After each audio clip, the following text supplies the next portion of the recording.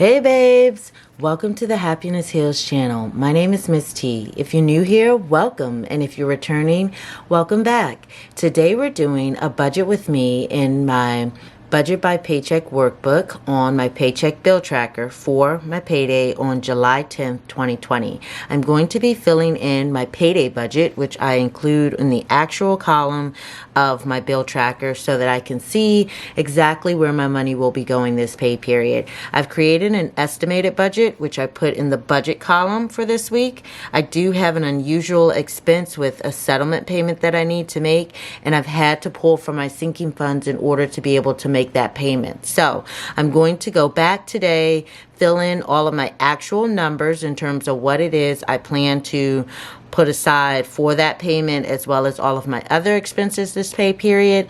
And then we will stuff cash envelopes for the few things that I do need to put in my envelopes for this week. So let's get started. So this week's paycheck is $2,914.62. Then I also have my savings for $50 that automatically goes into my savings account. So I'm going to add up my rollover funds that I have on hand that I will be taking with me to the bank. And then also in terms of my emergency fund, let me add up exactly what I'm going to be taking over to the bank today. So I've got $25 from special days, 710, withdraw, minus 25, puts me at 0 in that envelope, but that's okay. Starting next pay period, we will get back into it. And then I have car insurance. And for this one, we're going to be taking out 1, 2, 3, 4, 5, 6, 7, 8, 9, 1,000, 1,100,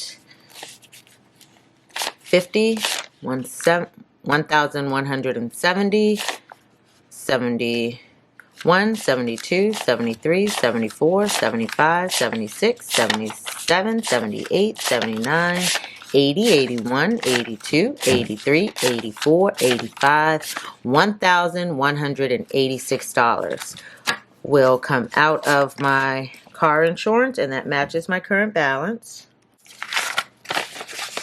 So that will also go in as a deposit today.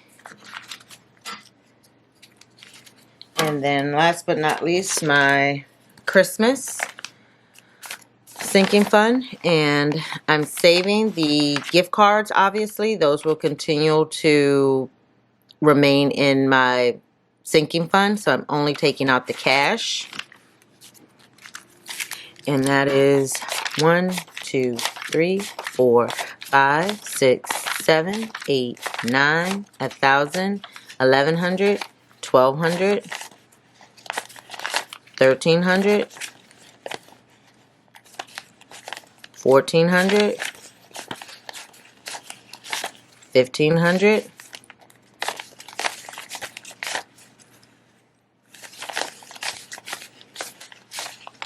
1,600, 605, 1,605, 6, 7, 8, 9, 10, 11, 12, 13, 14, 15, 16, 17, 18, 19, 20, 21, 22, 23, 24, 25, 26, 27.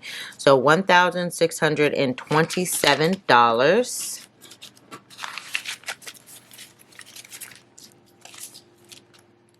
710.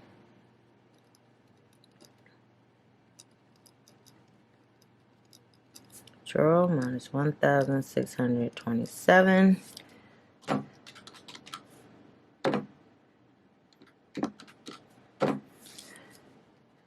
Leaves me with the 120, which is my gift cards.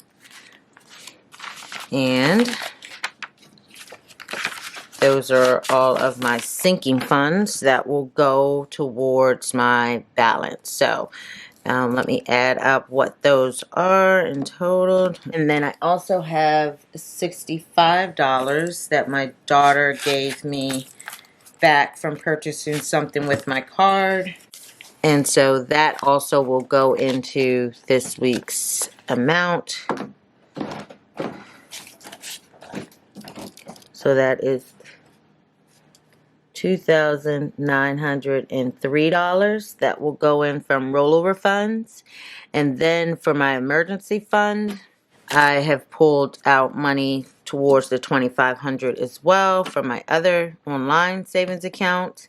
And let's see, I still need to withdraw $620, but I have 1, 2, 3, 4, 5, 6, 7, 8, 9,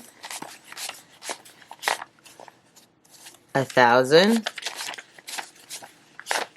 1,100, 1,200,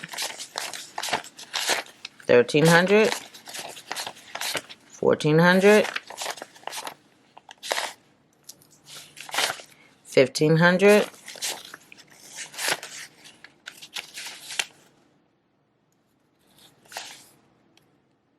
1,600, 1,700, 1,800. 1,800 there. So I have 18 plus the 620, which will give me 2420 actually to pull out of emergency funds because I needed some of my emergency fund for another purchase. So I ended up pulling 2420 and the remaining amount will end up coming out of my paycheck. And then I also had 4 random dollars in my wallet, and that I actually will add to rollover funds. As you can see, I am working with a lot of money, which I am not used to for this pay period, but I need to make sure I get this settlement payment taken care of. Let me just run through my income real quick again, just so you know my numbers, and then we'll jump to bills. So for this pay period, I received my regular check, $2,914.62, and then also my savings deposit of $50 went into my savings account. And then for rollover funds, I have $2,907, which is a makeup of my sinking funds and basically cash out of my wallet.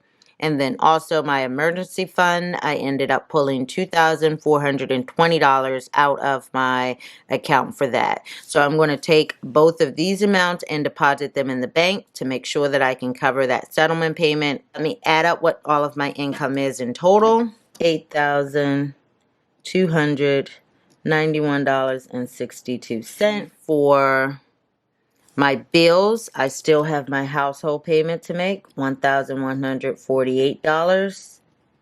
And then also for PicMonkey, $12.99. I still have the settlement payment, $5,974. And then Haven, also $20 for that. And Netflix, $15.99. My bills remain the same. I don't have any new ones.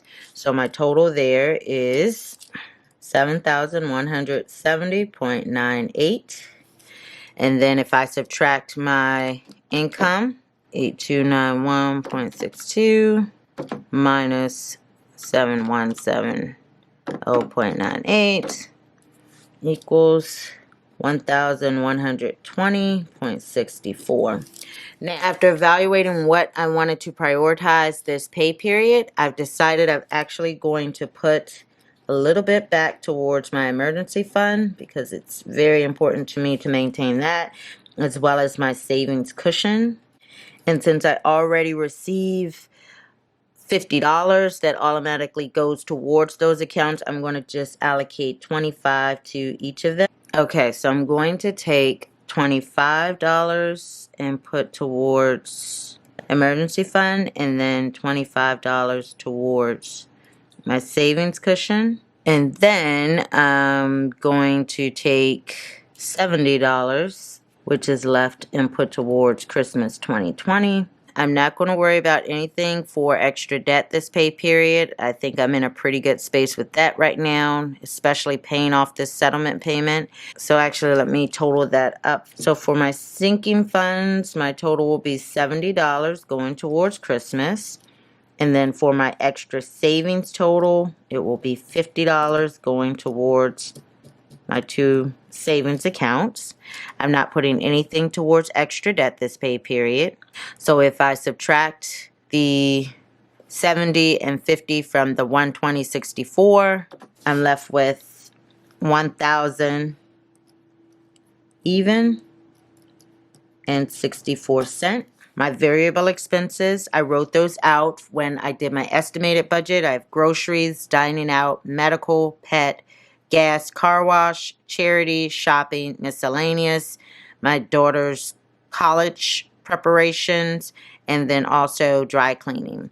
So for the 1,000 that I have to work with, I'm going to still allocate 150 towards groceries, and then also another 150 towards dining out. Also, for medical, my daughter has a procedure, so I need to set aside 220 for that. And then for my pet, we don't have any expenses anticipated this pay period. He's definitely going to make it up next pay period, so stay tuned for that.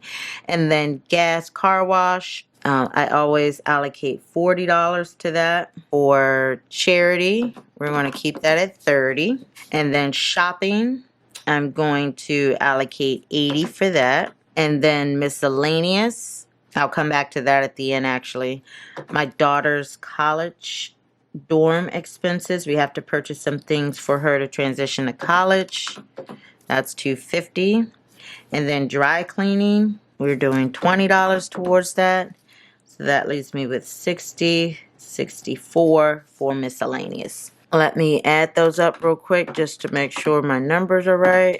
Oh, wait, why do I have 330 there? That's not right.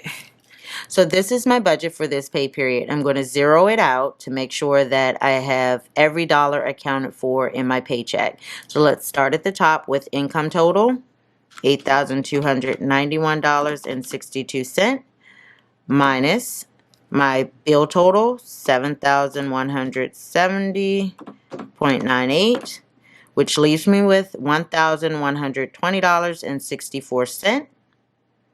And I'm going to bring that down to the leftover row in my variable expenses, $1,120.64. And then I'm going to subtract out my variable expenses. That leaves me with 120. I'm going to bring that leftover amount up to my sinking fund leftover row. So the 120 minus the 70 for Christmas 2020 leaves me with $50. I'm going to bring that $50 down to extra debt because we still need to account for that section even though we don't have any expenses there this period. For extra debt we have 0. So we're still left with $50. And then the $50 from extra debt will come down to extra savings. And then my total here for extra savings is $50. So I will be left with 0. So after I take care of the settlement payment this month, I will be able to breathe a lot easier and really focus in on building back up my sinking funds and taking care of my extra debt. So that is the focus for the rest of 2020. Hey babes, so I am back and ready to stuff cash envelopes. But before I get started, there are a few things that I want to share with you in regards to my process that I've made adjustments with. Right off the bat, you may recognize that I have some new cash envelopes, and a few of these, miscellaneous, dining out, and groceries, are actually variable expenses. So the budget mom keeps cash envelopes for all of her variable expenses. I've decided after looking at my finances and doing my monthly recaps for the last 3 months that these 3 categories are ones where I go over a lot each month. And so I've decided, rather than continuing to do these electronically, I'm going to take these 3 categories and turn them into cash envelopes. Now, the difference in the way that I used to do cash envelopes and the way that I plan to do them now is that for these 3 categories, I do not plan to keep these envelopes in my wallet. I have lost my wallet in the past, which is what caused me to completely let go of the cash only method and go with a electronic debit method. But I've decided that I will strategically plan my days around when I need to spend these funds. So if I'm going grocery shopping, then obviously I'll make sure to have my grocery envelope. If I'm going out to eat or need to grab something for dinner, then I'll grab my dining envelope. And obviously for miscellaneous, I'll use that when I plan to go out shopping for things that might be outside my budget. Now, some might say it's smart to keep your miscellaneous envelope with you at all times. And in the long run, maybe that is what I'll decide to do. But to just cut back on spending, make sure I'm using my funds responsibly, I plan to still try to strategize when I have these funds on me as well. So in the event that I do lose my wallet again, I will not be losing a large lump sum of cash. So these are my 3 variable expenses that I've decided to turn into regular cash envelopes. So you'll see a lot of these 3 envelopes in the future. And if you're interested in acquiring these 3 envelopes, they were a part of the Budget Mom's monthly newsletter, I think about 3 weeks ago. If you are a recipient of her newsletter, then go back and check for a downloadable file for these. If not, you can also check her website. She has other similar styles. I don't think she's offering these for sale on her website, but I highly recommend that you sign up for her weekly emails, and she always provides really cute, fun things to make your planning process great. And these are just amazing. I was so happy with how they turned out. And then the other thing is I've started some new sinking funds and replaced a few old ones. So I've obviously started a new sinking fund for my daughter now that she's transitioning to college. I feel like I need to start saving money for that process. Otherwise, it will become a bottomless pit of my funds, and I don't want that. So I've started a sinking fund for her. Also, Be Happy Fund. You've seen this expense on my paycheck bill tracker in the past, and I created a temporary envelope. Well, I've created a permanent one for this sinking fund. Then Christmas 2020, or Christmas in general. So since I was creating some new envelopes, and I mentioned in my last video how beat up my last envelope was, I replaced it. These cute little watermelons. Yes, they're summerish. And yes, maybe I'll end up refreshing these with something closer to like a Christmas theme as we get throughout the rest of the year. But for right now, I just thought this was cute. Watermelons are red and green, so it's kind of along that line. And then car insurance. I replaced my old envelope with this one. I think it's super cute and fun. This is an expense that I had. This was previously a variable expense, but I've decided that I want to start creating a sinking fund to put towards long-term expenses for updating, improving, or eventually replacing our household situation. And then business, obviously, is another expense that as I get my personal business off the ground, I've noticed that I've had expenses for that over time. I mentioned that to you before. I was thinking about actually starting an online separate account, and I may still do that.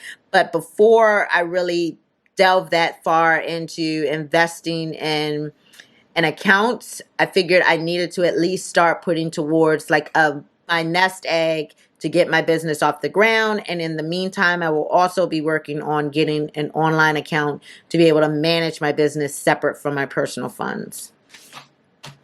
And then last but not least, I also have a wardrobe refresh envelope. So obviously, some people may call this clothing, but for me, it could be clothing, it could be shoes, it could just be some jewelry, anything that I feel will go towards me being able to improve my look, especially as I transition from going back to working in the office, from being full-time working at home. I figure I may need to go out and actually replenish my wardrobe at some point this fall. So I want to start saving towards that. I have quite a few new sinking funds and then a few old ones that I've just refurbished with new envelopes. And then the others that will still remain in my collection are my travel, special days, memberships, pet expenses, and car maintenance envelopes. So all of those sinking funds will remain in the group. Does this mean that I will be contributing to all of these sinking funds every payday? Heck no. Like, my funds do not run that deep. But I will be prioritizing where my funds need to go in the sinking funds so that I can continuously build on all of them over time. That is the plan. So for this pay period, I have figured out what expenses I need to put funds toward outside of the money that I've deposited for my settlement payment. So for this pay period, as I mentioned, I want to restart my Christmas 2020 savings, and I'm going to be depositing $70 towards that. Here's my Christmas envelope. And I'm going to take a 50 and a 20. And you'll notice that my denominations actually don't match up with my cash envelope breakdown just because I had to go to the ATM this time rather than the bank. And the denominations were not exactly what I wanted. So I'm just trying to make the best of it. I think I'll be okay. So for Christmas 2020, I've already noted the $120 that I have in gift cards, and then I'll be adding the $70 to that amount as well. I'm going to record that on the back, and now my balance is $190. Though I had to use up most of my Christmas 2020 funds initially for my payment, I'm already restarting it, which makes me feel a lot better. Next is groceries. So as I mentioned before, this was a debited expense before, but now I'm trying to put myself on a true budget. And so I'm going to keep an envelope with these funds. So I have two 50s, and that will go towards groceries. So I don't have a deposit slip. I will continue to track my groceries using my cashless trackers. I will record my expenses in that notebook as well. So I will continue to monitor groceries in that tracker, and I've already notated the deposit for today. That's taken care of. And then the next one is dining out. And for dining out, I have $110. So I'm going to use two 50s and a 10. And you'll say, well, I thought you budgeted $150 for your groceries in this week's pay period. I should have mentioned that, actually. So going back to groceries for just a second, I did budget $150, yet I went to the market today and purchased some meat, and that brought my balance down to 100 in terms of what I have left. So it's more like 106.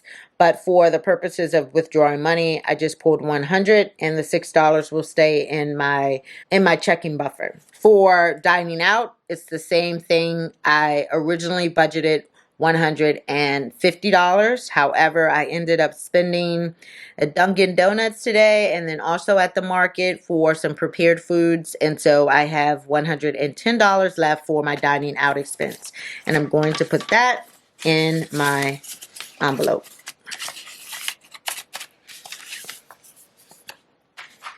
And then next I have Ashley's dorm. So this expense is actually attributed to my daughter's college dorm room expenses. They sent us a list of items that she will need moving into her dorm, and they're actually expecting freshmen to move on campus this year. So we're going to start purchasing the things that she will need when that happens. So I've set aside $250 for that expense, and I'm going to use the majority of these 50s for that. 50, 100, 150, 200, 250.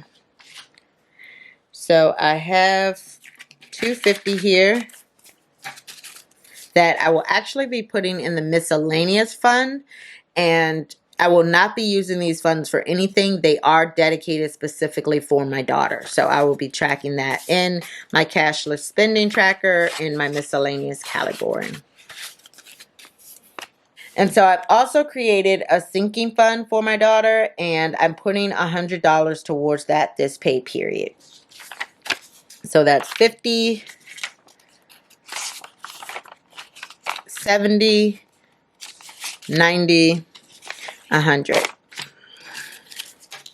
And that will go in the Ashley envelope. And I already have $50 from money that my daughter gave me from something she owed. So I'm actually adding another 100 to that today as well.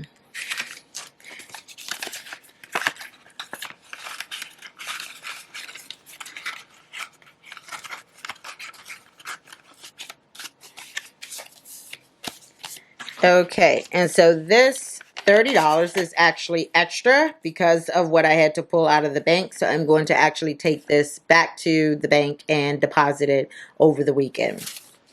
So that is all of my cash envelopes expenses for this pay period. As I mentioned, you'll see a lot more of these new envelopes over the next few weeks or months, I should say, as I start to use my cash envelopes again a little bit more, and my sinking funds have expanded as well. And as I mentioned, I still see myself as a minimal cash spender. I don't really want to vie away from that, but I do want to get more disciplined in the areas where I seem to be falling off the wagon, so to speak, with my expenses each month. I think trying to be as disciplined as possible, and in terms of where I could use more help in improving my finances, is a big part of the journey and improving my process. So that is why I'm reintroducing these cash envelopes. I'm going to be more intentional with how I use them than in the past, where I've just kept my cash envelopes with me and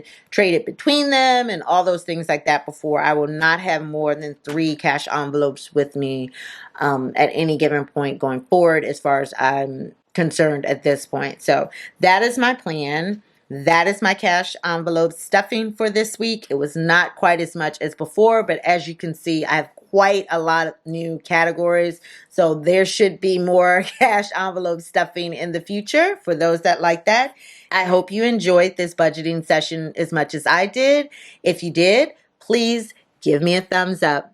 Also, make sure you hit the subscribe button as well as the notification bell so you'll be informed the very next time we have something to share on the Happiness Heals channel. Ciao!